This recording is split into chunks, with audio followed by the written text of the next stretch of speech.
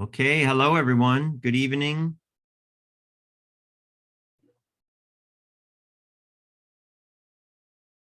Welcome to today's Hello. Artist Talk. I'm Blue Cease. I'm the director of the Rochester Contemporary Art Center, and I'm thrilled to welcome you all. 3 artists have joined us today. That artists featured in our exhibition Numinous Pools, moderated by Curator Rachel Poonsiriwong. And before I hand the mic over to Rachel, I'd like to mention a few things. A couple of thank yous and reminders related to our programming and this Zoom call. Those of you who are not in our region, Rochester Contemporary Art Center, or ROCO, we're located in downtown Rochester, which of course is Haudenosaunee land, more specifically the Seneca Nation of the Haudenosaunee Confederacy.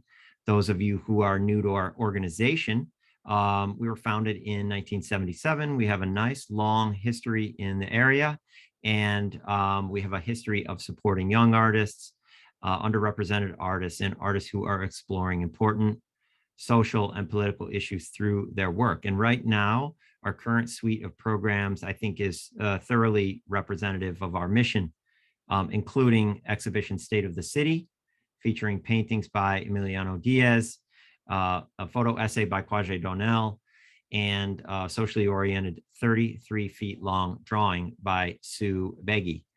We also have an exhibition by Abiose Spriggs, meditating on Paul Robeson's 1933 film Emperor Jones. And lastly, our public art program outside, Paintings and Poems, features work by Chen Chen and Cordell Cordero. Again, those of you who are outside of the region and new to our programming, really invite you all to visit our website, rochestercontemporary.org.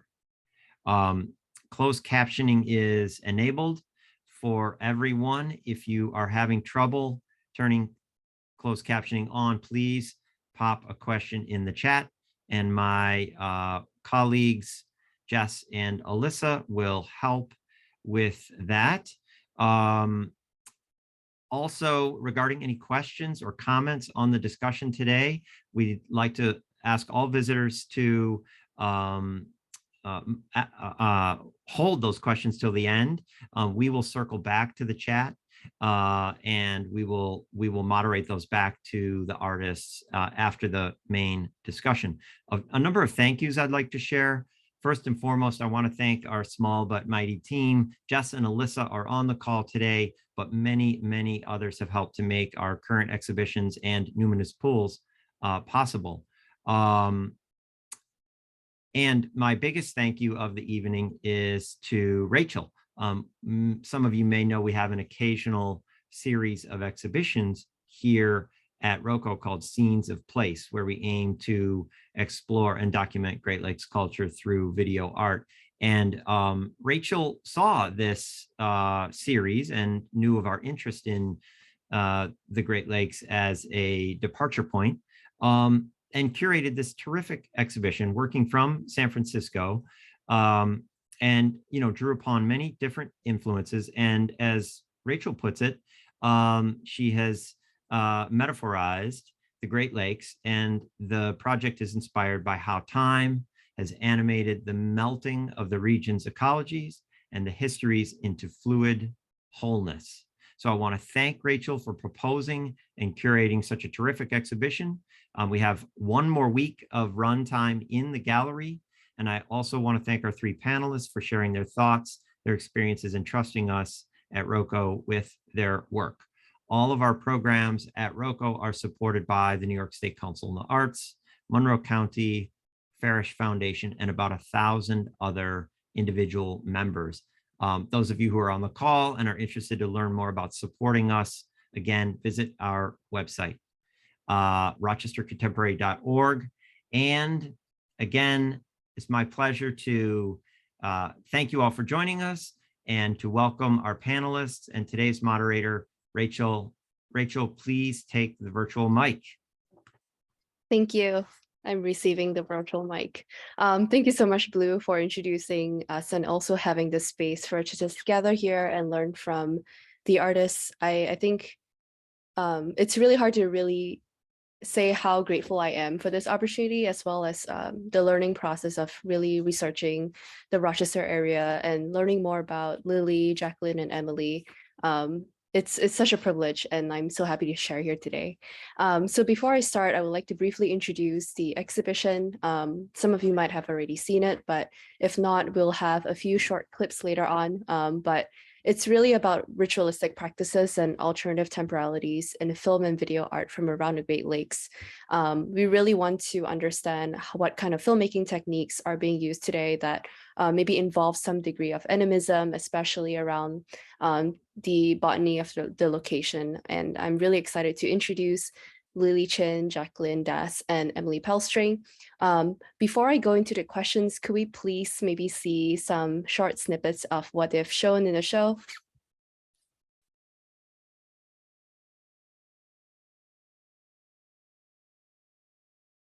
And this is Emily's here.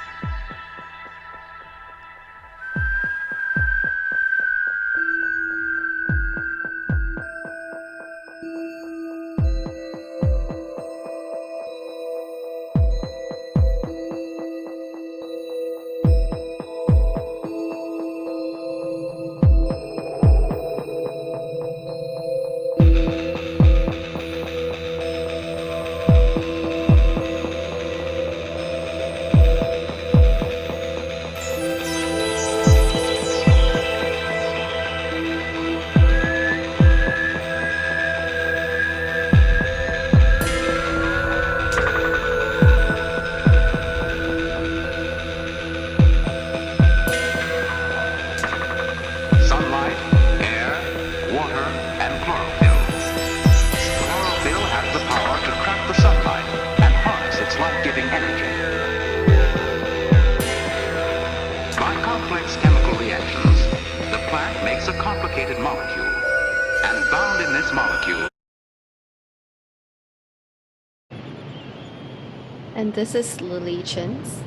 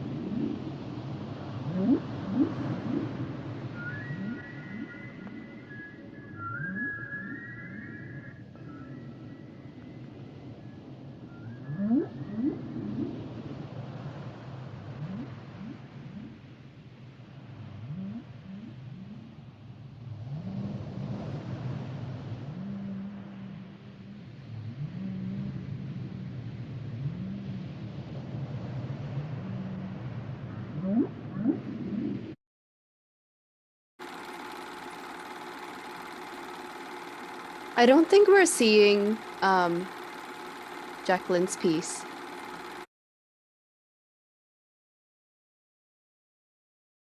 Sorry, could we replay Jacklyn's maybe? Thank you.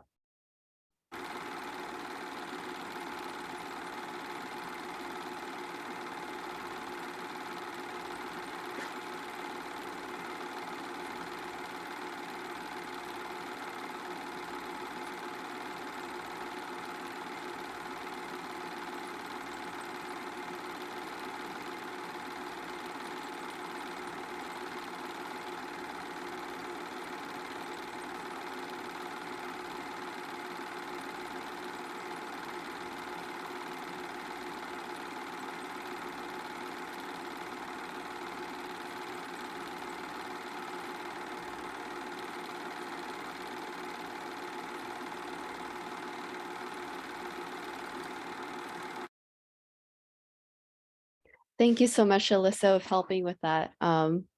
Really appreciate everyone for being here today. as you might have a few questions to ask more about your show, we'll be learning a lot more about their practice and about the piece that you've shown. It's a lot more immersive and exciting in person, so I would definitely recommend visiting the gallery and checking out the show for yourself and looking at the other exhibition also up at the moment. But without further ado, can you please introduce yourself and your artistic practice? Let's start with Emily.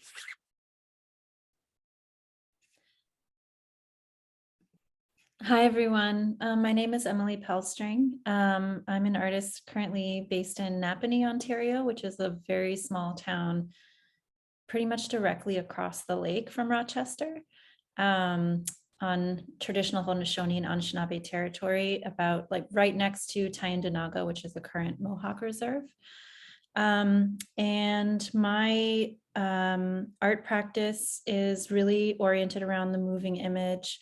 My training is in animation and film, and I kind of explore ideas of the cinematic apparatus in gallery spaces, and that ties into other kind of cultural questions around wonder, experiences of wonder and spirituality, and notions of magic and how those tie into science and technology.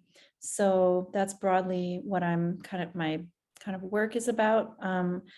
I also have these expansive collaborative practices with my two best friends that are oriented around performance and music and video. So yeah, I guess that's it in a nutshell for me. I teach at Queen's University, which is in Kingston, Ontario, a nearby city. That's awesome, Emily. Yeah, I got to learn about your work and watch all the episodes of Sistership TV. Was really inspired by the several themes that you touched on, and I'm so grateful to have you here today. Can you tell us about your piece in the show? Yeah, the piece in the show is called Pedal to the Metal, and that is a single channel work. I also do installation, but this is really meant for kind of sit down and watch the whole thing in a linear way. And that I created at the Film Farm, which is also known as the Independent Imaging Retreat, which is a project that's been running for 25 years. It's kind of a residency, kind of a workshop out of Mount Forest, Ontario, run by a guy named Phil Hoffman and Deirdre Logue and a bunch of other people who've been involved for a long time. And you make films without the use of computers, basically the whole week. It's entirely analog, hand processed. So I learned how to hand process film, and also they were developing techniques for hand processing film using homemade developer out of locally foraged plants. And so I went back this year and we did more of that and talked about, got some indigenous teachings on the plants in the region and the meaning of these plants. And so I think it's a process that's really ripe for thinking about, kind of tying what you're using to make the film into the film itself. Yeah, so that was kind of where Pedal to the Metal started. It was like, I was just using flowers to make the film. So I was like, the film is also about the flowers in a nutshell. Yeah, that's super exciting. Thank you so much for sharing a little bit more about your show. Lili, can you please introduce yourself and tell me a little bit about your artistic practice?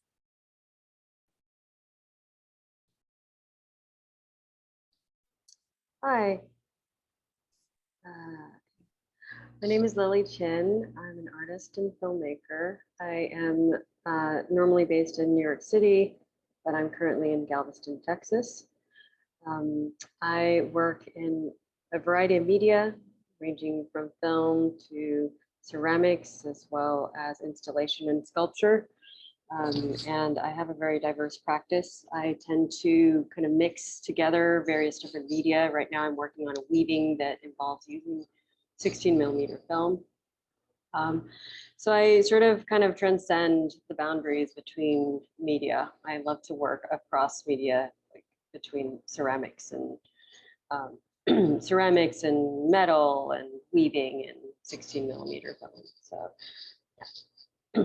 And my work normally focuses on nature and landscape. It's a very strong influence to me because I pretty much grew up in Oregon and then I moved to Singapore and really kind of crossed borders, and through that, at a very young age, learned to adapt and forge connections across very disparate landscapes and environments. And I think that has to do with why I love to work with a variety of media and draw these kind of connections across disparate materials. I think it's really interesting how your experience growing up and living in different places really influence how you mix different media and also bridging time across like the ancient and contemporary. I think I learned a little bit about it when I was looking at your profile on the visual studies workshop, and that's how I learned about your work. Really grateful to have you in the show. Can you please tell us a little bit more about your show, your piece in the show? Yeah, so the piece that I have in the show is called Jonah Dove. I made that pretty much during the pandemic, and the footage is actually from my archive from about, I think, over 12 years. Some of the footage is from 2010, where I collaborated with a dancer. The ocean is from La Jolla, and I was there in 2010. And some of the footage is also from my father's archive, and some of it is also from the Brillinger archive. So I collaged these together. It's a film that's about sort of transcendence and transformation through the ocean. Thank you for sharing. Jacklyn, can you please tell us about yourself as well as your artistic practice? Hi, everyone. My name is Jacklyn Doss, and I'm actually located here in Rochester, New York. I was born and brought up here. I also attended the visual studies workshop here in Rochester. So my work usually takes the form of artist books, multimedia installations, and handmade film. I'd say there's several approaches that I use in my practice to achieve what I consider to be like a feminist and decolonial aesthetic. Often I use traditional Indian and South Asian rituals and practices in the work I make, as well as utilizing a lot of personal archives and inherited imagery and culture. A lot of my work is kind of just trying to create new and critical visual expressions that, don't adhere to dominant societal frameworks. Also, much of my work is kind of an exploration of how I can decolonize my own history and artistic practice, as well as identifying and trying to make visible diverse sources of knowledge production. I also would say that my work is really, for me, a lot about like world building and using my own environment to kind of recontextualize and create other worlds. Yeah, I think it's really interesting how you talked about world building as a way to, or maybe as a media or some kind of parallel line to decolonizing history and really looking at your personal archives. That's super interesting to me, and I learned about your work through Tate Shaw from the Visual Studies workshop. When I learned that you were working with ritual tending, decolonization, and interculturalism, it really resonated deeply with my personal interests. Just being from Southeast Asia, I definitely felt like there was a lot that I had to renegotiate in terms of my own cultural background. So really grateful to have members only in the show. Can you please tell us more about your piece? Yeah, so Members Only is actually a film that I had originally made to be included in an installation. The process for making this film involved several different approaches. The first is that it was shot on Super 8 and hand developed, and that's the main content of the film that you see. I also used 16mm film, which I hand painted and used some direct animation on, and that results in kind of the effects and textures and color that you see in the film. Each of these film stocks were then digitized, and then I layered the 16mm on top of the Super 8. And since they were digitized, but I still really wanted to maintain that aura of analog film, that's why I opted to include the sound of the running Super 8 projector to accompany the film. And then lastly, I'd say it's presented in the show as a linear piece, but it was really conceived as a loop, and it was screened as a backdrop for an altar that I had constructed.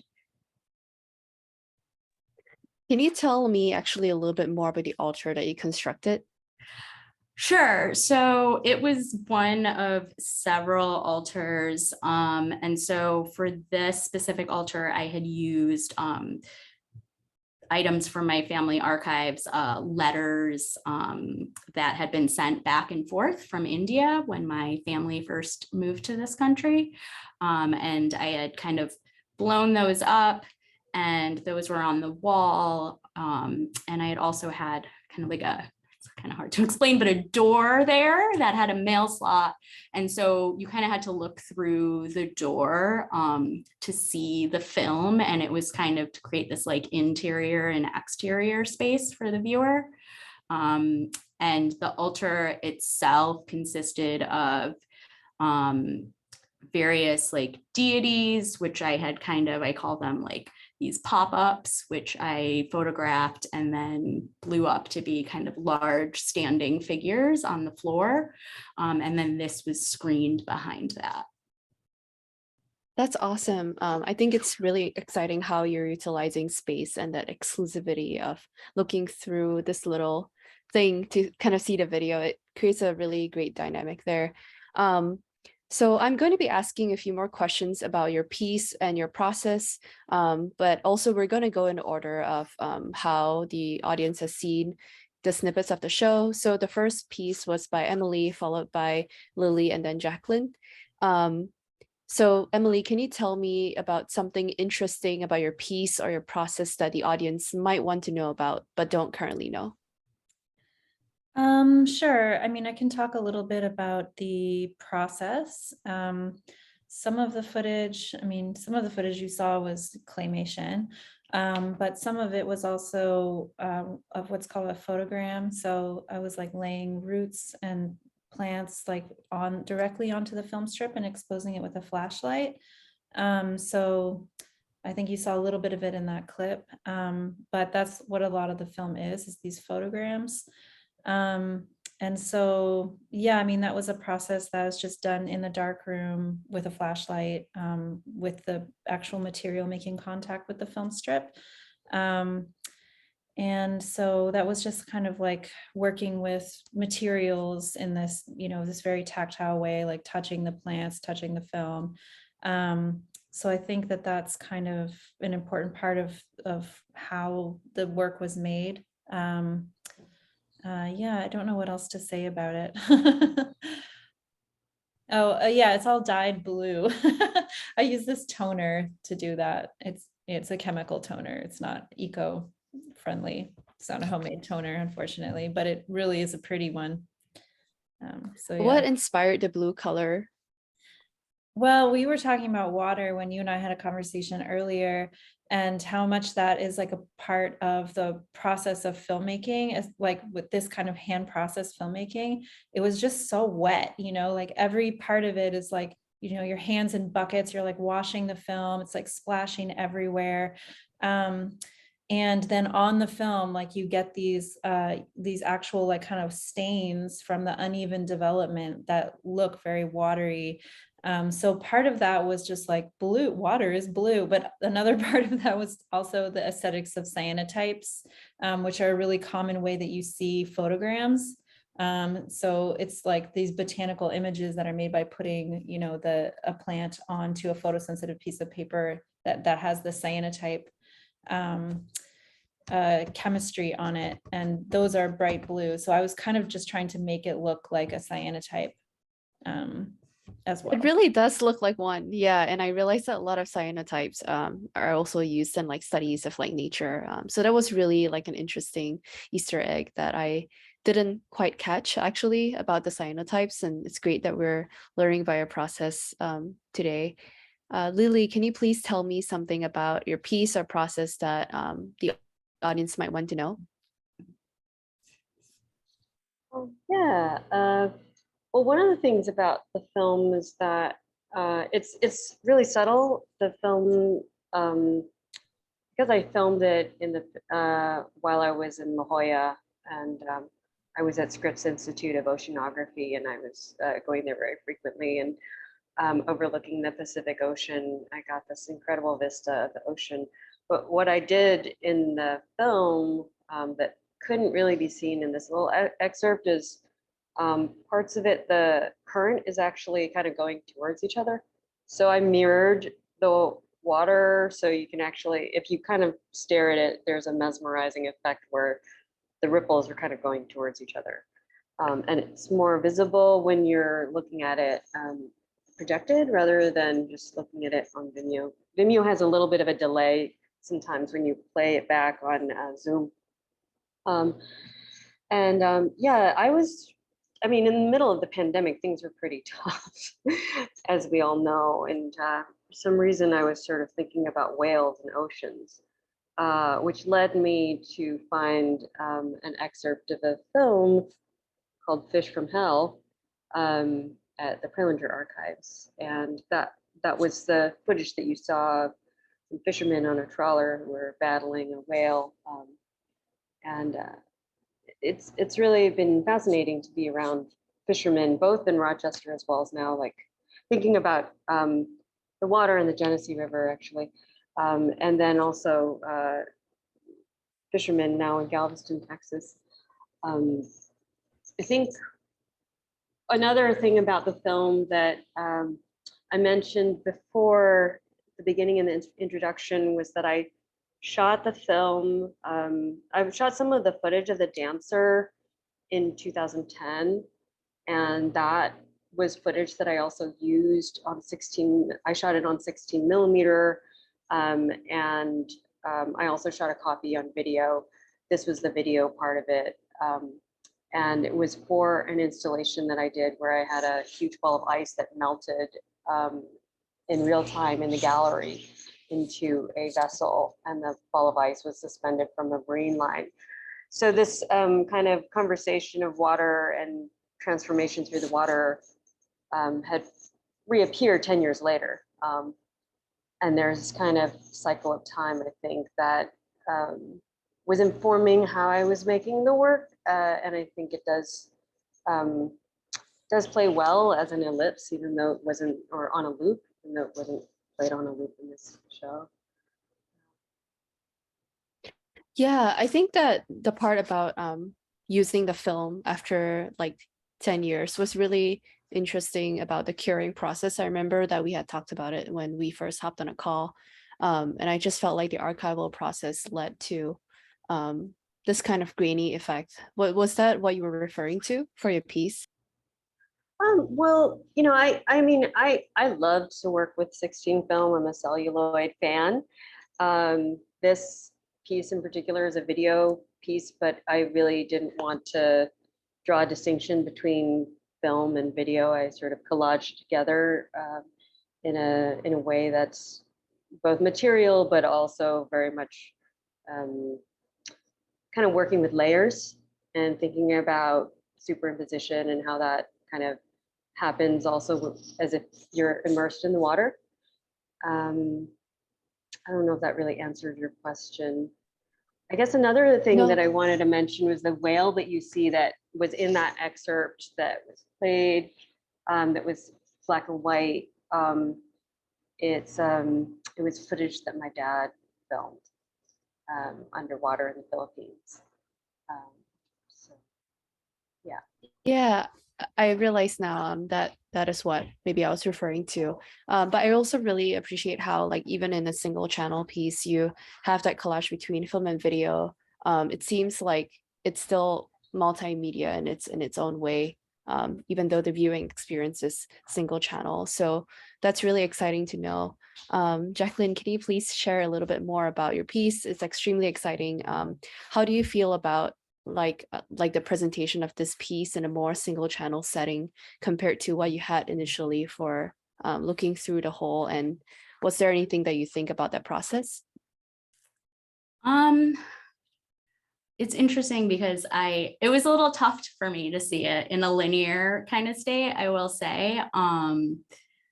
I don't I think it was more like for me, just because in my mind, it has always been a loop. And I guess that can kind of like explain a little bit more about it. Is I describe this film as a dream of a memory of a ritual. And so it is something that really came out of my mind that runs in a loop.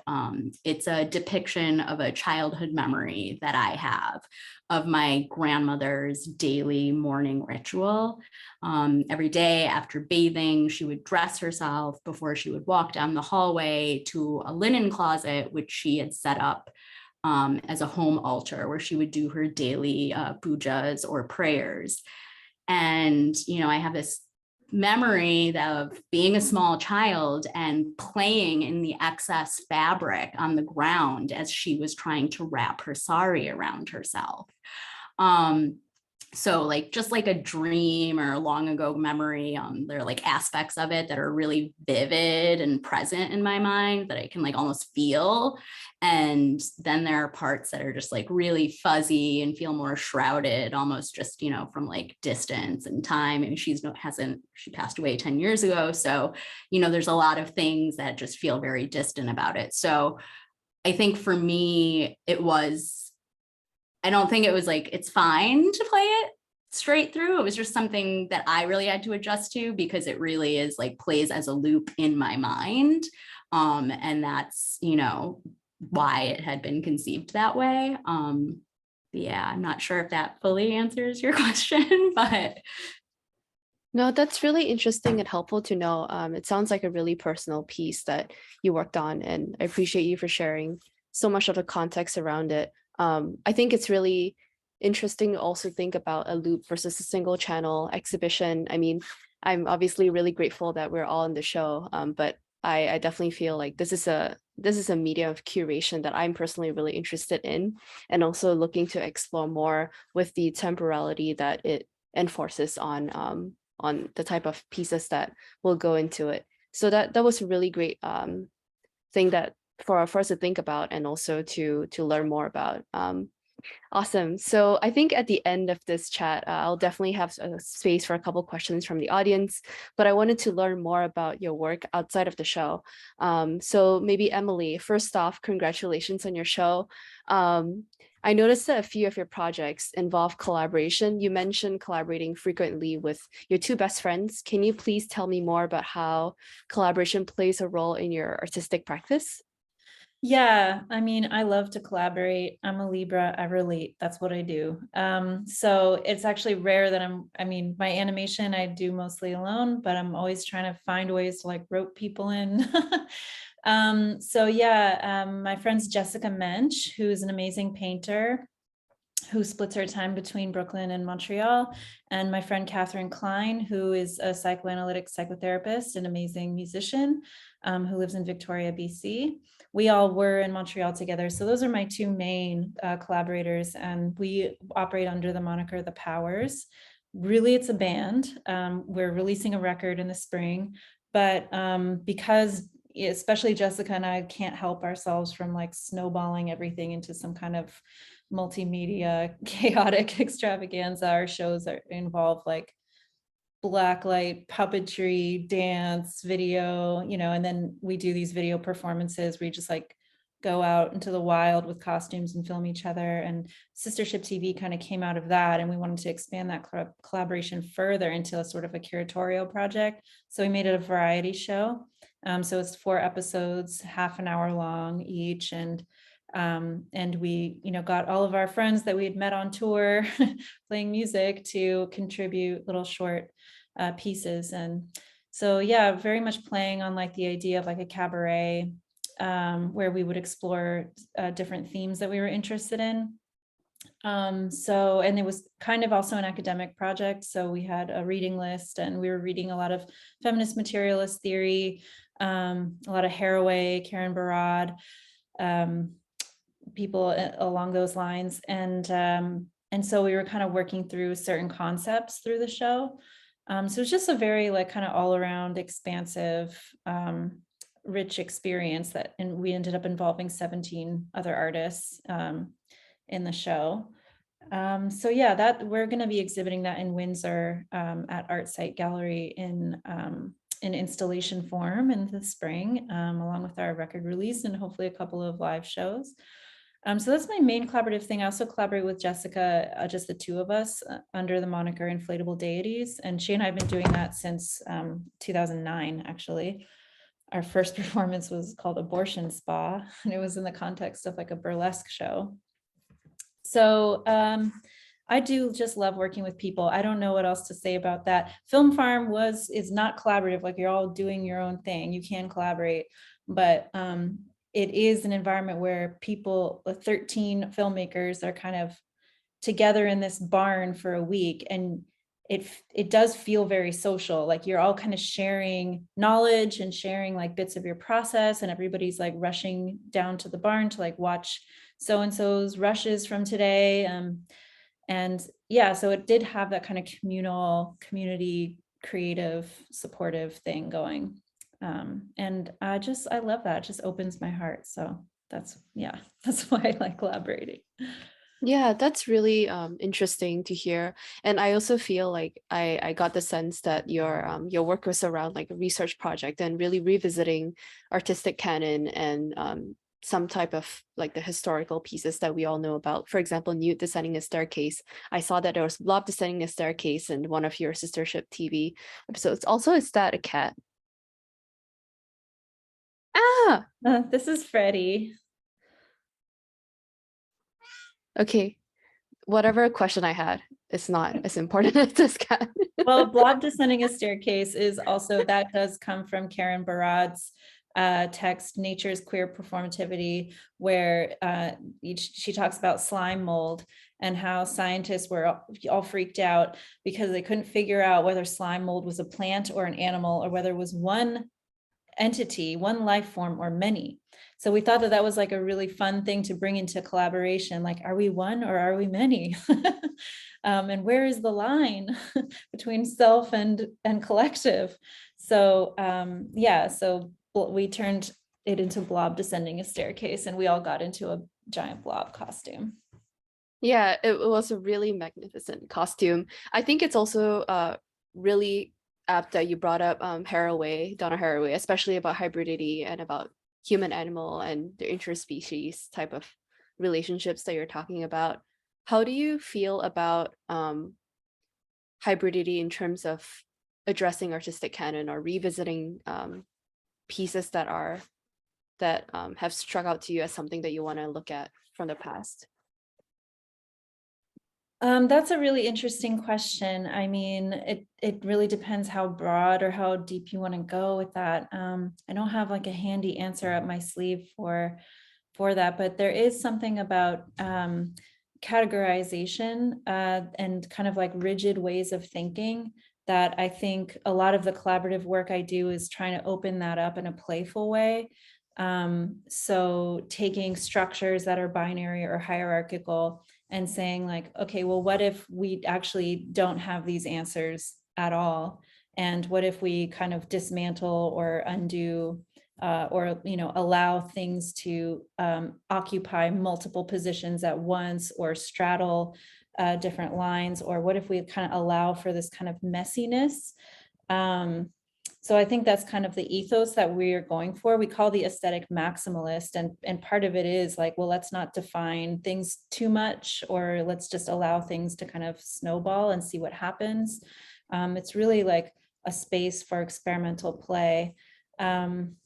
So yeah, I mean, hybridity was one of the things that we explored, was like hybrid beings that are more than one thing at once. So yeah, I think that was part of the motivation for that.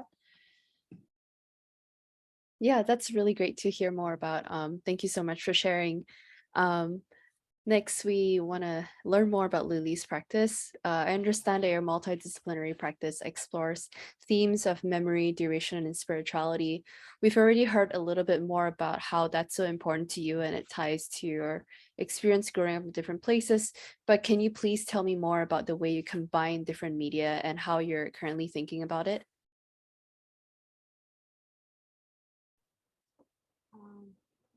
Yeah, I'd say that my approach is extremely intuitive, and I think in ways by beginning with the intuitive, I do arrive at things that are extremely logical.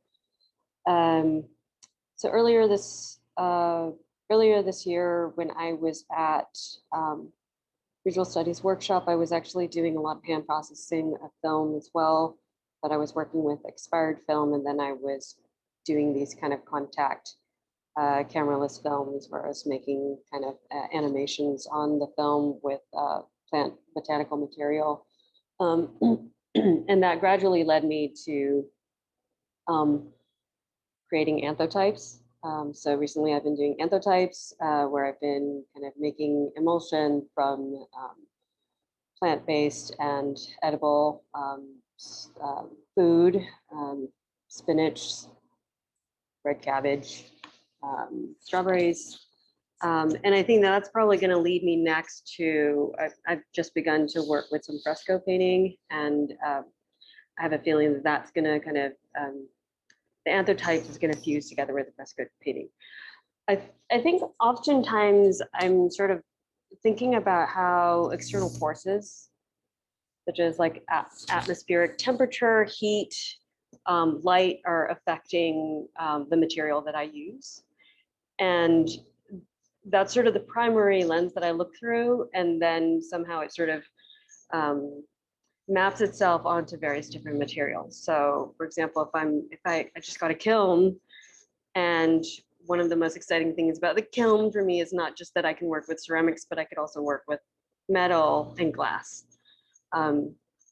So it really is kind of thinking about like a kind of a way in which I can access a kind of material state of change and expression through a primary elemental force. And that might transfer itself across media. I also have a loom in my studio. I don't have a lot going on, but I have a loom in my studio, and the loom sort of is this technical tool that I've had, and I've had experience weaving before. And the process of weaving is actually quite similar to kind of thinking about like unspooling 16mm film. There's something to do with space and time and mapping, and I think that this kind of metric sort of counting that has a sort of formula to it that is kind of reminds me of working with film, even though I'm working with fiber. And sometimes I'll just, disobey and then put the film in the weaving. So I think what you said about weaving actually really stood out to me. I think textiles and looming processes have definitely actually been what I've been researching at the moment, especially because I am really familiar with AI generation and around like neural networks. Some of my friends here are actually from the company that I work at as well. And I think there isn't a lot of visual cultural scholarship around like how we're weaving data and code and several different disparate parts into a cohesive system. And it really reminds me of textiles or weaving, where you're looking at different fibers and techniques and histories or traditions that are tied into this structural whole, like this whole armature that is really lattice in nature. So it's really interesting to hear you chat a little bit more about weaving, and I'm so excited to see more of your fresco work. I'd actually like to learn a bit more about fresco. Why is that something that you're currently looking at the moment? Is there something about it that really interests you? Yeah, I mean, it's a very old form of painting, but I think one of the things that attracts me to fresco is that you're working with pigment, raw pigment, and you mix it with water in order to get the paint. But in order for the pigment to cure, we're dealing with curing again.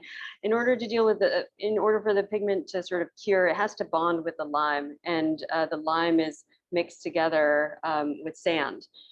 You're dealing with some very simple raw materials. That's a process that's been around for about 2,000 years. So, and I mean, the Sistine Chapel was painted is a fresco by Michelangelo. So this is a technique that's really been extremely enduring. So I think its history is really, really fascinating to me, but also the act of preparing the surface is very labor intensive. You're using sand, you're using lime, you have to mix it together and you kind of create this mortar and then you smear it onto surface. And you're preparing layers and layers. And by the time you get to the top layer, you only have 8 hours to paint, or you have a certain amount of time to paint, and then you can't paint anymore. It's the lime is not going to receive the pigment anymore. And I think I kind of actually relate, there's this sort of active chemistry that can receive pigment, actually kind of reminds me of photography a little bit. And there's this kind of really tactile process that I'm so fascinated with, because I'm working with sand and I'm kind of creating the coats and the layers. And then when I'm ready to paint, I only have like a very short window to actually do it. I feel very fortunate to have learned the technique, and this is kind of a really early stage for me. But even though it's like a new material that I've introduced to my studio, I'm still sort of bringing a lot of what I experienced through this past summer, like, you know, hand processing or working with kind of processing emulsion over to the fresco process. And I think that there's definitely a lot of like threads that I kind of weave in and out, unintended, as I'm kind of approaching a new medium. And then just to kind of, sorry to interrupt, but I know this is a bit of a derail, but going back to your interest with textiles, you know, the earliest computers were actually inspired by the jacquard loom.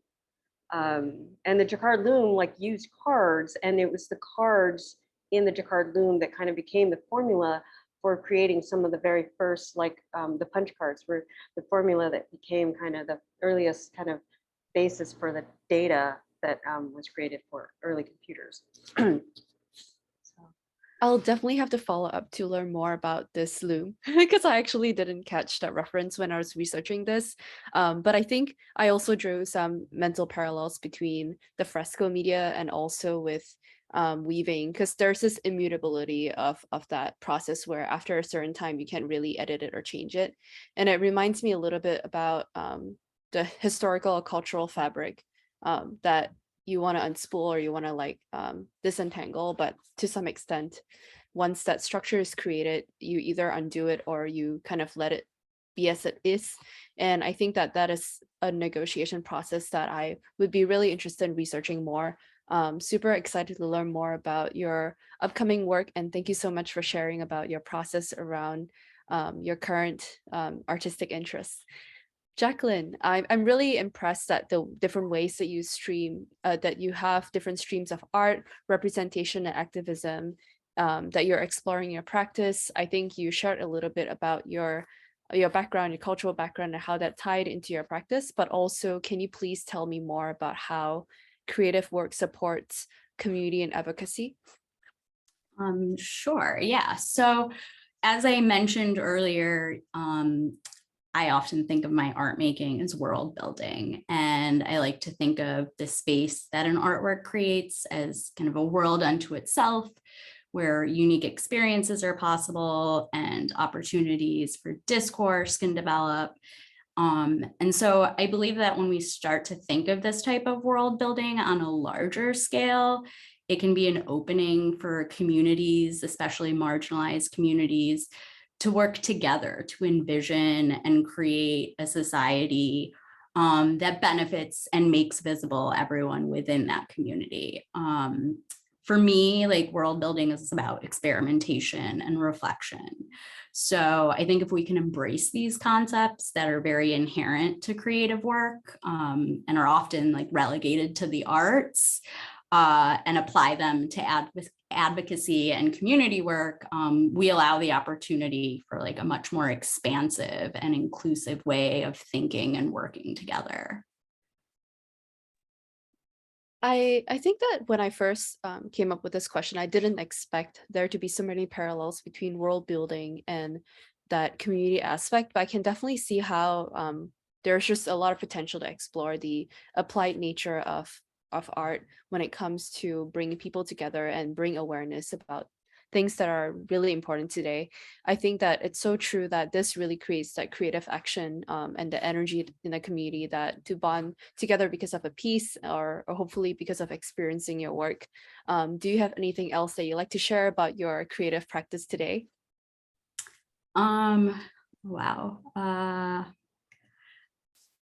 I guess so. For a while, a lot of my work has been, kind of about, as I said earlier, like decolonizing my own history, finding, myself within the culture I reside in. And a lot of times I feel like that made the work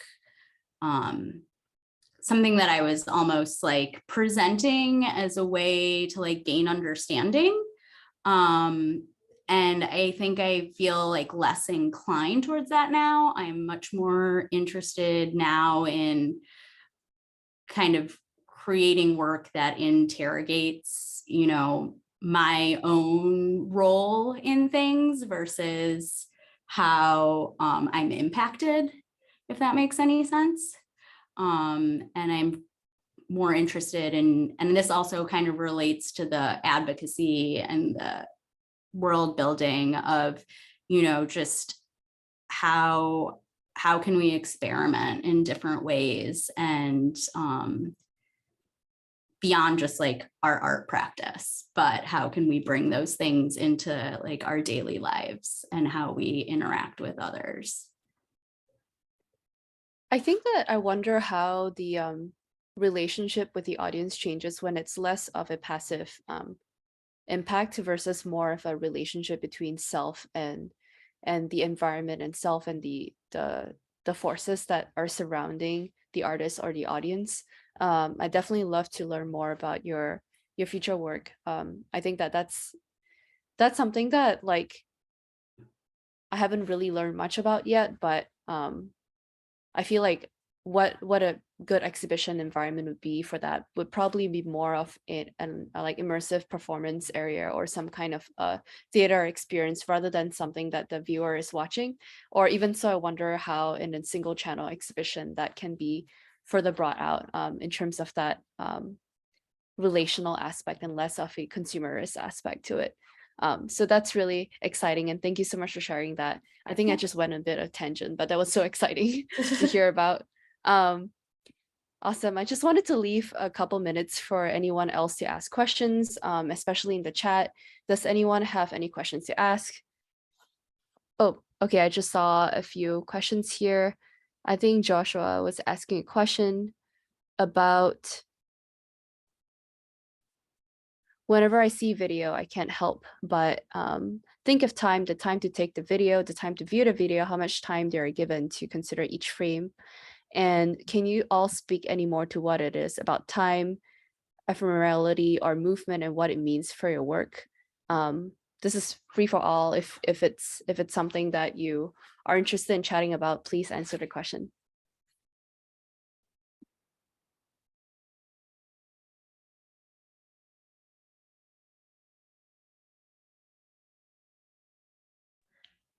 I guess I can offer a thought or two if no one else wants to. Yeah, I think what drew me to the moving image to begin with was that I had been really interested in dance, like I trained as a dancer. And so to me, like the moving image making has always been really akin to choreography, to like designing to sound and to movement. So I almost always use music that I make myself, or I also do a lot of music videos, but and I think part of that is because I do look at it as like choreography. And one thing about the material, the more kind of like analog processes, was that I just felt like the actual process of making it was kind of with my hands, like involving my hands more, and made it kind of less abstract. It kind of brought the body and the image closer together, in the process. And so, yeah, I think for me, it's like it's really about this embodied kind of time-based experience. I can probably add a little bit too. So I didn't come to film very naturally. In fact, for me, it felt like something that just wasn't what I was interested in. I really need like a tactile experience. And so for me, I was like, oh, just holding a camera, like shooting things, that's not going to really give me what I want. And that's why I think experimental film really spoke to me, because it allowed me to actually engage with the media with my hands, like touch the film and, hand processing techniques, especially, adding things into the canister while I'm developing it, not really knowing how it's going to come out. So in those aspects, I feel like the actual like materiality of film is what really drew me in. And then a lot of, the work I make is kind of exploring ritual. And in doing so, it's really about kind of like that relationship between time and practice. And so film just felt like a really natural way to start thinking about ritual and exploring it.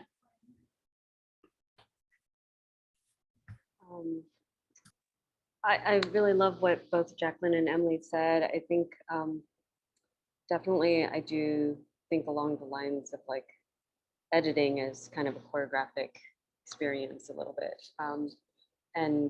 And then also I'm very interested in kind of like haptic and tactile experiences. For me, the body speaks a lot, not just a visual, not experiencing the world completely through a visual cortex, but understanding the world through touch. That's really big for me. Through weight, through balance. But it's interesting because film just becomes two-dimensional. So maybe that's part of the reason why I'm often kind of finding my direction in other media. One other thing that I wanted to say about kind of engaging with working with film and video, I started with film back in my undergrad, but I was in undergrad, I was doing, it's kind of in a program that was pretty orthodox, and they wanted me to just do filmmaking. And I didn't want to do filmmaking. I wanted to do installations. I wanted to create video in spaces or work with film in spaces. And that was a little too unusual for the program at the time. So I was majoring in film, but minoring in sculpture. And I think both of them sort of balanced each other out. I would say that during Jonah Dove, one thing that I found that was interesting was that I was doing a lot of printmaking and a lot of collage work prior to when I made the film. And when I did make this film, I made it in like 3 days. I just sat down, I edited, and this burst of energy just flowed. And I do think that there was a connection between all the experiences that I had doing printmaking that had to do with the superimpositions and the overlay that was in this film that came from the process of printmaking. And it kind of, even though again, I'm transcending, moving from one material to another, there's definitely still a kind of current that's flowing through. And in actuality, it also helped sort of really kind of give me that extra push, because I don't always make work in 3 days. But yeah, it's really nice when it finishes, it's done in 3 days. So. Thank you so much for sharing about this topic. I think we just have one last audience question before we wrap up. Jess from Rocco actually asked more about the soundtracks in Lili and Emily's work, and mentioned that they also really appreciate the sound of the Super 8 that accompanies Jacklyn's piece. Lili and Emily, can you please share a little bit more about the soundtrack of your piece?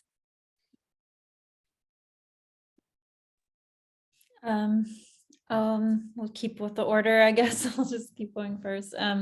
So yeah, I mean, I made that soundtrack inspired by the film footage that I had brought home from the film farm. So I looked at it and kind of, scored it basically, and then re-edited a little bit to it.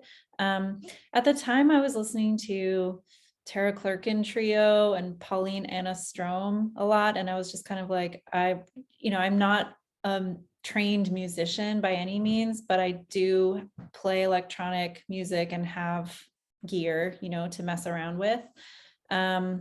So yeah, so I just kind of did it in pieces and layers, kind of trying to like emulate what I was really liking, like kind of like trip hoppy, jazzy vibe of one of them.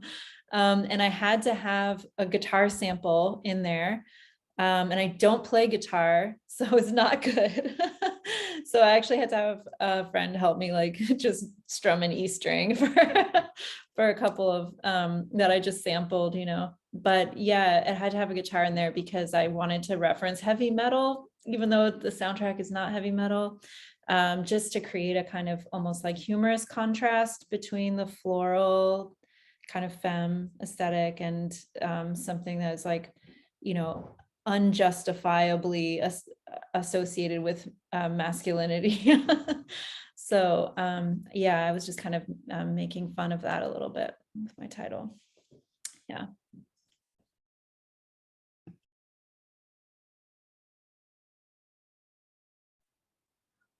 Yeah, for my soundtrack, I used some found sounds of humpback whales, as well as kind of really wanted to create this atmosphere of being underwater. So I also used some sound effects that I had that were like recordings by the ocean. And then towards the end, I actually used a frequency sound. It's a kind of a hertz frequency, like a solfeggio frequency that's, you know, you have different frequencies that you can hear that would kind of help create a certain kind of psychological state. I was kind of thinking about like different wavelengths and different colors and how that can kind of create a sort of calming effect. So even though the tonality of the film, not in music, but like color tone, is pretty like lots of black and white, the end becomes a little bit warm and the hues become kind of orange and reddish. I was sort of thinking about that in terms of color and wavelengths, which led me to thinking about hertz and different kinds of hertz and what kind of relaxed state it could put you in. So that's the sound that I used at the end. I think that what both of you shared about the impact of your sound actually was really was so true when I was actually in the space. Emily, the E string was really loud, and it was actually this like super immersive experience, like whirl. And then when it transitioned over to Lili's piece, it was extremely calming. I think that there was this feeling of being immersed in the ocean and going through and seeing the whale and experiencing it like you were actually just right above the water. So I think that it came through really well. Thank you so much, Rocco, for actually making that happen. Last but not least, I'd love to know how we can best support or learn more about your work. Is there a website that you have, or would you want us to look out for upcoming projects?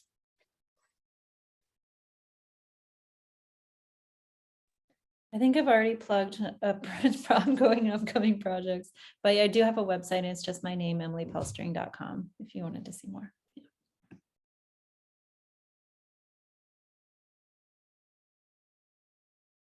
What about Lili and Jacklyn, if you have ideas here? My website is lilichin.org, and it's Lili with an I, 2 I's and 2 L's, and it's org instead of com. So don't look up lilichin.com. You'll find dogs. That's not me. I know. I actually tried looking that up, and I was like, wait a second, she has 2 jobs. No, that's not me. Yes. Well, I don't actually have a website, which my wife is very upset about and is probably shaking her head right now. So I don't really have a straightforward answer for your question, but I will say that since I think like creative work is so integral in visualizing and achieving larger goals, I just really encourage people to really invest in the communities and organizations that are doing this type of work. For those of you who are in Rochester, a few organizations that I have affiliations with and would highly recommend looking into and supporting their work is Wall Therapy, which is a community public arts program that's been doing great stuff in our city for the last 10 years. And then definitely the Visual Studies Workshop. I really believe they're an invaluable asset, not only to our local community, but just the arts community in general. So anyone who's like interested in any type of community work or social justice work, they have really incredible programming, workshops, talks, all sorts of stuff. And I would just encourage you to go to their website. It's vsw.org, and there's something for everyone. Yeah, somehow I managed to attach all the links right here. But thank you for sharing more about wall therapy. I actually didn't know much about that before, but it looks really impactful. So definitely want to check it out. Thank you so much for being here today. Just wanted to hand the virtual mic back to Blue with some closing remarks if you have any. I will take the virtual mic and I will be so brief. I just want to thank everybody again. Thank you, Rachel, for organizing this exhibition. Thank you, Emily and Lili and Jacklyn, for sharing your thoughts and your work. And I want to second what Jess mentioned about the soundtrack. You know, from an arts administration standpoint, living with video work is always an interesting experience. And this one is particularly calming and soothing, and it's been a welcome soundtrack in the background as we're, you know, going about our daily email routines and spending time in the gallery. So thank you all so much again. And another shout out to VSW from me as well. Certainly a good peer and a good a neighbor in Rochester here. So that's all from me. And thanks again to Jess and Alyssa. We will have the recording from tonight's talk up archived on our website probably within like 4 or 5 days. And thank you again, everyone. Have a great night and enjoy the fall. Thank you. Stay warm, everyone. Bye. Bye. Thank you.